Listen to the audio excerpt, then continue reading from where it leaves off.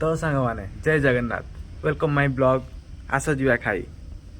तो जानी थे कार्तिक मास तो सरी जाइए आज शुक्रवार तो आमिष टे ना कि हेनी तो जीवा तो सकाळु सकाळु बाहरी पड़ी मु माछ दुकान को। तो देखिपे माछ दुकान में बहुत भिड़ हो गला। फ्रेश फ्रेश माछ देखिकी भाई को कहीदेली ए भितर 2 किलो 2.5 किलो गोटे काटिकी दे दिंतु। भाई काटिकी धरईदेले हाथ को मु चलली घर को। आउ घर को आसी देखला बेलू माँ याडे मसला रेडी कलानी। सेपटे जाइकी खुड़ी को माछ देदेली। खुड़ी एवं माछ धोईकी ताको परिष्कार भाव में रेडी करुछंती तावारे भाजीबा पई। माछ को बे भल भाव परिष्कार कर दिया गला। गैस को ऑन करी तावा को गरम करनवा। एपटे माछरे लुण लंकागुंड एक्सेट्रा मसला पकईकी ताकू रेडी करनवा भाजिया पई। तावा एबे हमर गरम हो जाइछि।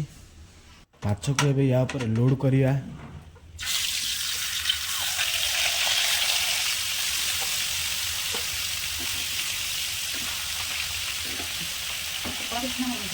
माछ एबे हमर तावारे फुल लोडेड हो जाइछि।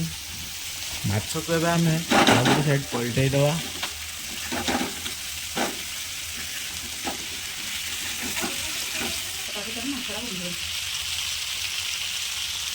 माछ भजा पूरा हमर रेडी हो जाइए। एबे पाली हला टेस्ट करिया। पखाड़ सांग को माछ भजा आमे टेस्ट करिया।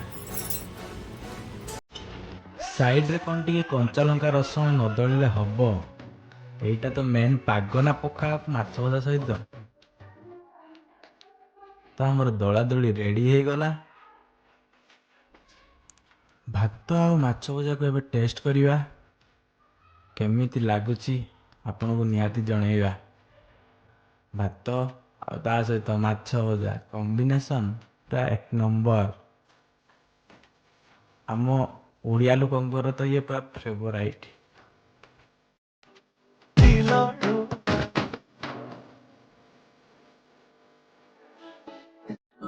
भारी बढ़िया